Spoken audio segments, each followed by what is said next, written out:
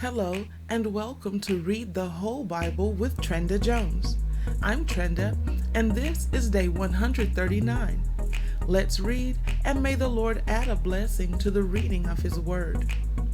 We begin today in Deuteronomy chapter 15, the sabbatical year. At the end of every 7 years you shall grant a release, and this is the manner of the release. Every creditor shall release what he has lent to his neighbor. He shall not exact it of his neighbor, his brother, because the Lord's release has been proclaimed. Of a foreigner you may exact it, but whatever of yours is with your brother your hand shall release. But there will be no poor among you, for the Lord will bless you in the land that the Lord your God is giving you for an inheritance to possess, if only you will strictly obey the voice of the Lord your God, being careful to do all this commandment that I command you today.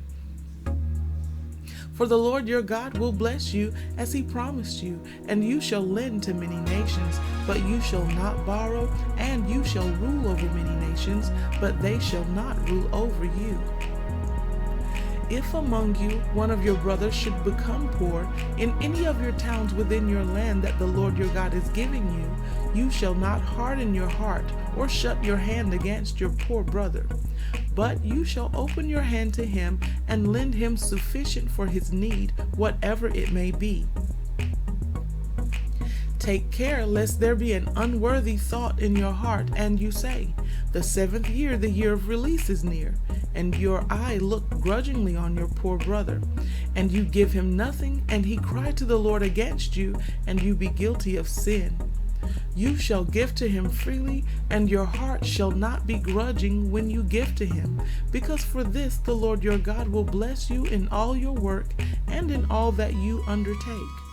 For there will never cease to be poor in the land. Therefore I command you, you shall open wide your hand to your brother, to the needy, and to the poor in your land.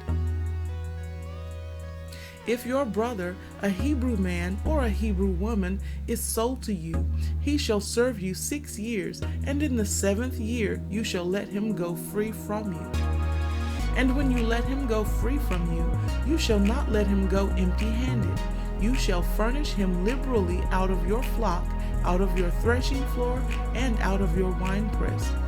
As the Lord your God has blessed you, you shall give to him. You shall remember that you were a slave in the land of Egypt, and the Lord your God redeemed you.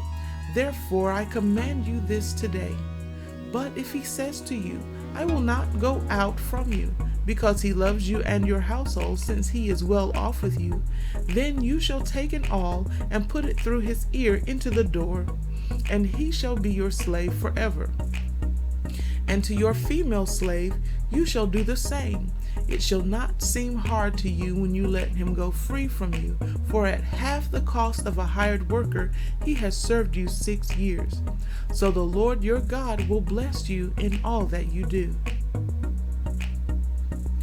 All the firstborn males that are born of your herd and flock you shall dedicate to the Lord your God. You shall do no work with the firstborn of your herd, nor shear the firstborn of your flock. You shall eat it, you and your household, before the Lord your God year by year at the place that the Lord will choose.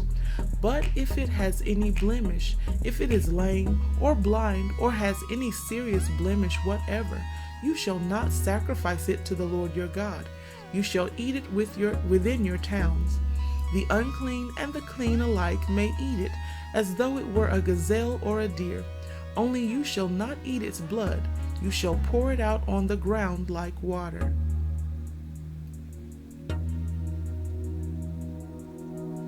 Deuteronomy chapter 16. Observe the month of Abib and keep the Passover to the Lord your God. For in the month of Abib the Lord your God brought you out of Egypt by night, and you shall offer the Passover sacrifice to the Lord your God from the flock or the herd at the place that the Lord will choose to make his name dwell there. You shall eat no leavened bread with it. 7 days you shall eat it with unleavened bread, and the bread of affliction, for you came out of the land of Egypt, in haste that all the days of your life you may remember the day when you came out of the land of Egypt.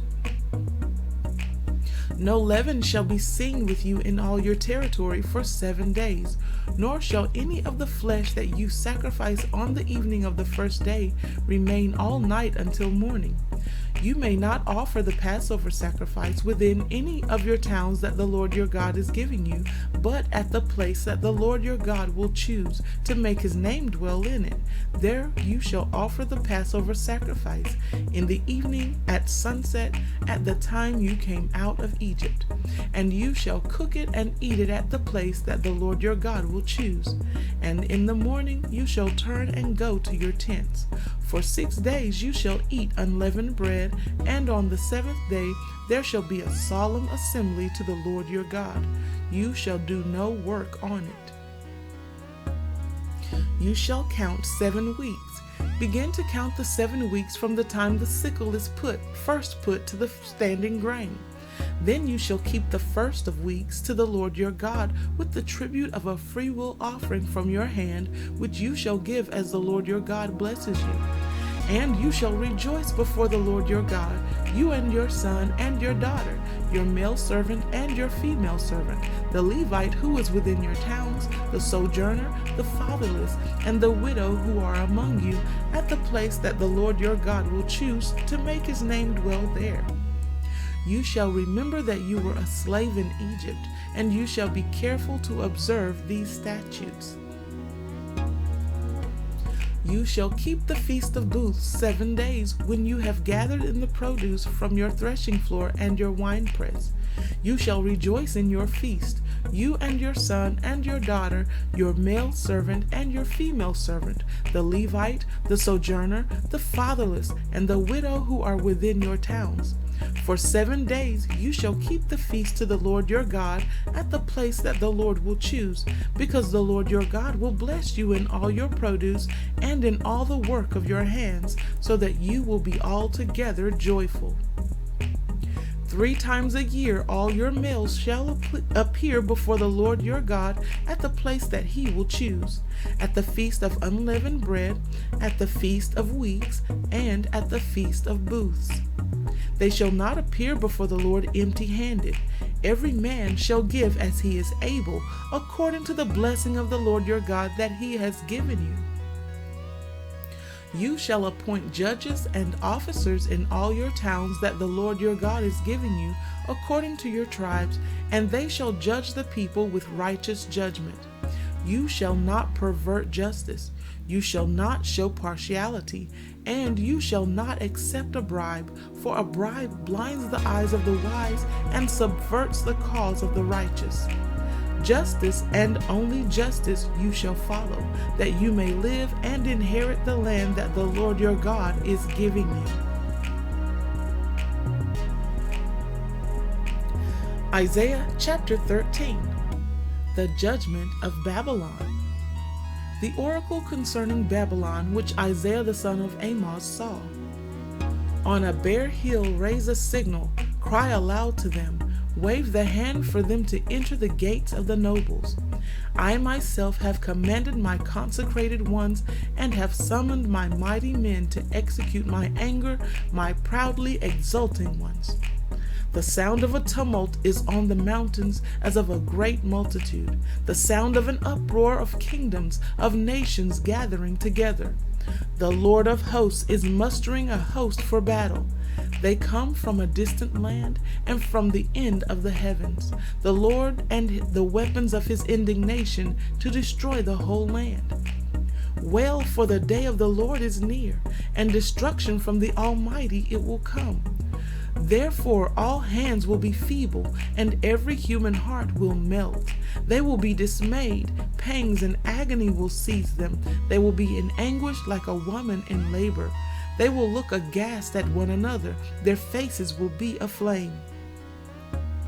Behold, the day of the Lord comes, cruel, with wrath and fierce anger, to make the land a desolation and to destroy its sinners from it.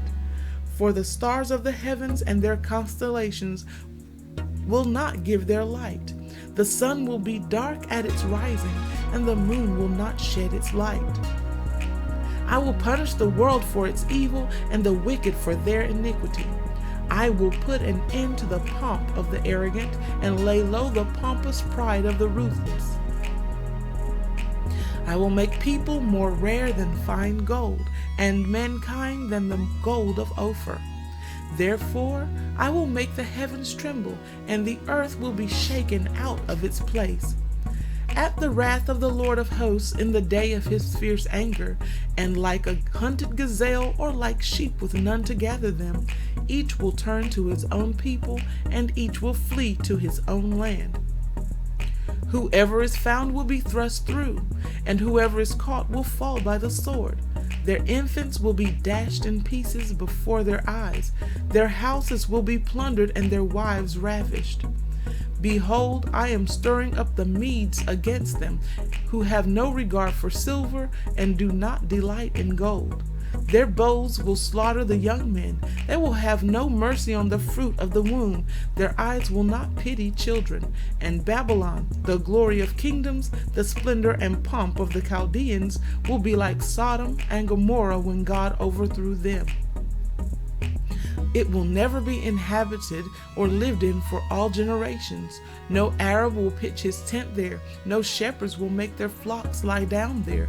But wild animals will lie down there, and their houses will be full of howling creatures. Their ostriches will dwell, and their wild goats will dance. Hyenas will cry in its towers, and jackals in the pleasant palaces. Its time is close at hand, and its days will not be prolonged. Matthew chapter 18, and we resume reading at verse 10. See that you do not despise one of these little ones, for I tell you that in heaven their angels always see the face of my Father who is in heaven. What do you think? If a man has 100 sheep and one of them has gone astray, does he not leave the 99 on the mountains and go in search of the one that went astray? And if he finds it, truly I say to you, he rejoices over it more than over the 99 that never went astray. So it is not the will of my Father who is in heaven that one of these little ones should perish. If your brother sins against you, go and tell him his fault between you and him alone. If he listens to you, you have gained your brother. But if he does not listen, take one or two others along with you, that every charge may be established by the evidence of 2 or 3 witnesses. If he refuses to listen to them, tell it to the church. And if he refuses to listen even to the church, let him be to you as a Gentile and as a tax collector. Truly I say to you, whatever you bind on earth shall be bound in heaven, and whatever you loose on earth shall be loosed in heaven. Again I say to you, if 2 of you agree on earth about anything they ask, it will be done for them by my Father in heaven. For where 2 or 3 are gathered in my name, there am I among them. Romans chapter 15, resuming reading at verse 22. This is the reason why I have so often been hindered from coming to you. But now, since I no longer have any room for work in these regions, and since I have longed for many years to come to you, I hope to see you in passing as I go to Spain, and to be helped on my journey there by you, once I have enjoyed your company for a while. At present, however, I am going to Jerusalem bringing aid to the saints, for Macedonia and Achaia have been pleased to make some contribution for the poor among the saints at Jerusalem. For they are pleased to do it, and indeed they owe it to them. For if the Gentiles have come to share in their spiritual blessings, they ought also to be of service to them in material blessings. When therefore I have completed this and have delivered to them what has been collected, I will leave for Spain by way of you. I know that when I come to you, I will come in the fullness of the blessing of Christ. I appeal to you, brothers, by our Lord Jesus Christ and by the love of the Spirit, to strive together with me in your prayers to God on my behalf, that I may be delivered from the unbelievers in Judea, and that my service for Jerusalem may be acceptable to the saints, so that by God's will I may come to you with joy and be refreshed in your company. May the God of peace be with you all. Amen. Psalm 133. When brothers dwell in unity, a song of ascents of David. Behold, how good and pleasant it is when brothers dwell in unity. It is like the precious oil on the head, running down on the beard of Aaron, running down on the collar of his robes. It is like the dew of Hermon, which falls on the mountains of Zion. For there the Lord has commanded the blessing, life forevermore. And this concludes our reading of day 139 of Read the Whole Bible with Trenda Jones. Thank you for joining us here today, and we look forward to reading again tomorrow, day 140. Until then, God bless you, and may the Lord add a blessing to the reading of His Word.